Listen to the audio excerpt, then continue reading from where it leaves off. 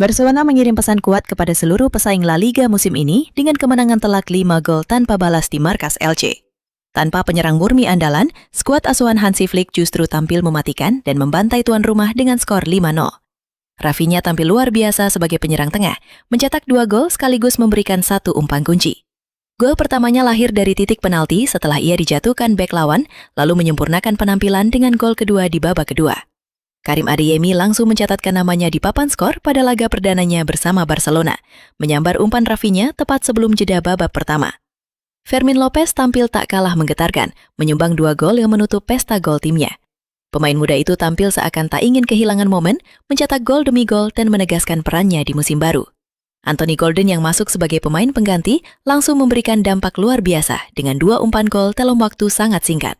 Kemenangan besar ini membuktikan bahwa Barcelona tetap mematikan meski belum memperkuat posisi penyerang sentral secara khusus. Lini pertahanan juga tampil solid dan berhasil menjaga gawang tetap bersih hingga peluit akhir berbunyi. Elche sempat mencoba memberi perlawanan, namun kualitas permainan Barcelona di setiap lini terlihat terlalu sulit untuk dibendung. Dengan hasil ini, Barcelona langsung melesat dan memperlihatkan bahwa mereka tetap menjadi kandidat utama perebutan gelar juara musim ini.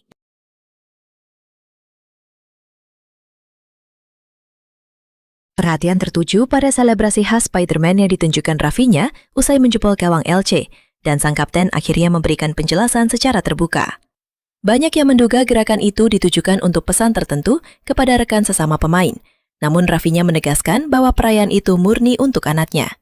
Ia menyebut putranya sangat menyukai tokoh pahlawan tersebut dan meminta ayahnya melakukannya setiap kali mencetak gol. Penjelasan ini pun menepis spekulasi yang sempat beredar bahwa gestur itu berkaitan dengan pemain lain yang dikaitkan dengan Barcelona. Meski bermain tanpa penyerang sentral murni, Rafinha membuktikan mampu mengisi peran tersebut dengan sangat baik.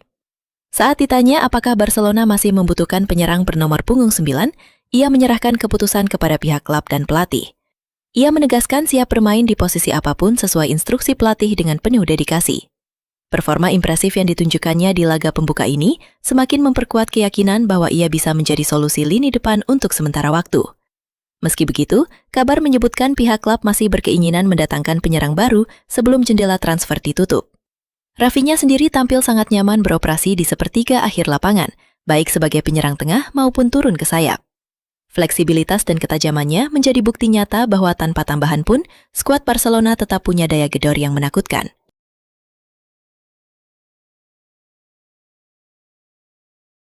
Masa depan Alejandro Balde di Barcelona kini berada di ujung tanduk. Kabar menyebutkan pihak klub telah memberi lampu hijau agar sang bek sayap mencari peluang di tempat lain. Situasi ini bermula saat Barcelona tak memberikan jaminan tempat di tim utama dalam pembicaraan terbaru. Agen Balde pun menilai pemain tersebut bukan lagi prioritas utama dan sepakat untuk memuluskan kepindahan pada bursa musim panas ini. Manchester United dikabarkan menjadi calon terdepan yang bersedia menampung jasa pemain produk La Masia tersebut. Setan Merah memang sedang giat mencari bek kiri baru untuk menjadi pelapis sekaligus penerus jangka panjang posisi Luke Shaw. Menurut laporan media, Barcelona disebut bersedia melepas Balde dengan takaran tebusan di kisaran 40 juta euro. Isu semakin menguat saat nama Balde sama sekali tidak dimasukkan dalam daftar pemain yang bertandang ke markas Elche, padahal kondisinya fit. Absennya dari skuad laga pembuka ini menjadi tanda paling nyata bahwa Barcelona serius melepasnya. Keputusan ini tentu mengejutkan banyak pihak, mengingat Balde masih berusia muda dan memiliki pengalaman bermain di level tertinggi. Namun bagi pihak klub, keputusan ini diambil demi memberi kejelasan tempat di skuad dan ruang bagi pemain lain yang siap bersaing. Bagi Balde sendiri, kepindahan ke Liga Inggris bisa menjadi babak baru yang menantang sekaligus peluang untuk tampil lebih reguler di tim utama.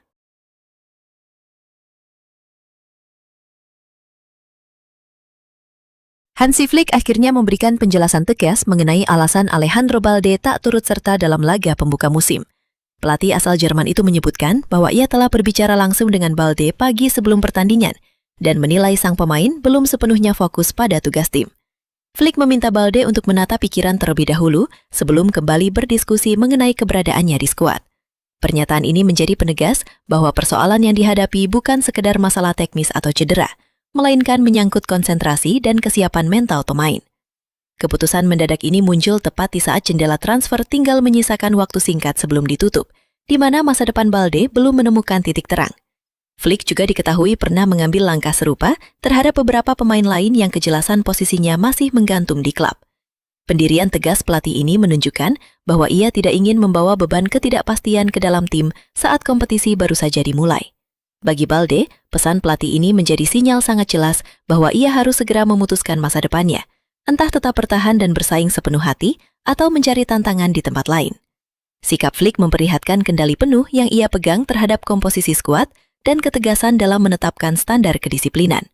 Pemain yang pikirannya terbagi antara bertahan atau pindah tidak akan diberi tempat di lapangan, sehebat apapun kemampuannya.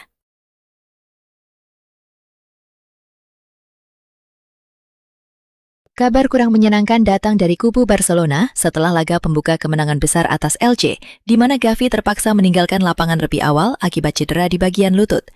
Hansi Flick mengkonfirmasi bahwa cedera itu terjadi tepat pada lutut kanan yang sama tempat Gavi pernah mengalami cedera parah beberapa musim lalu. Kabar ini tentu memicu kekhawatiran besar mengingat riwayat cedera ligamen yang pernah dialami pemain muda tersebut. Meski kondisinya terlihat membaik pasca pertandingan, pihak klub tetap berhati-hati dan berencana melakukan pemeriksaan MRI untuk mengetahui tingkat keparahannya. Setiap rasa tidak nyaman pada sendi tersebut menjadi perhatian utama karena dampak jangka panjang yang bisa terjadi jika dipaksakan. Gavi sebelumnya sempat absen cukup lama akibat cedera serupa dan kini semua pihak berharap tidak terjadi hal terburuk. Kondisi ini memaksa pelatih dan tim medis untuk bersikap sangat konservatif dan tidak terburu-buru menarik kesimpulan. Skuad Barcelona berikutnya akan segera bersiap menghadapi laga kandang melawan Athletic Club, dan kemungkinan besar Gavi harus menonton dari pinggir lapangan menunggu hasil pemeriksaan medis. Kehilangan Gavi walau sementara menjadi ujian bagi kedalaman skuad Barcelona di awal perjalanan mempertahankan gelar musim ini. Semua pihak berdoa agar cedera yang dialami tidak terlalu parah dan Gavi bisa segera kembali berlatih tanpa risiko berulang.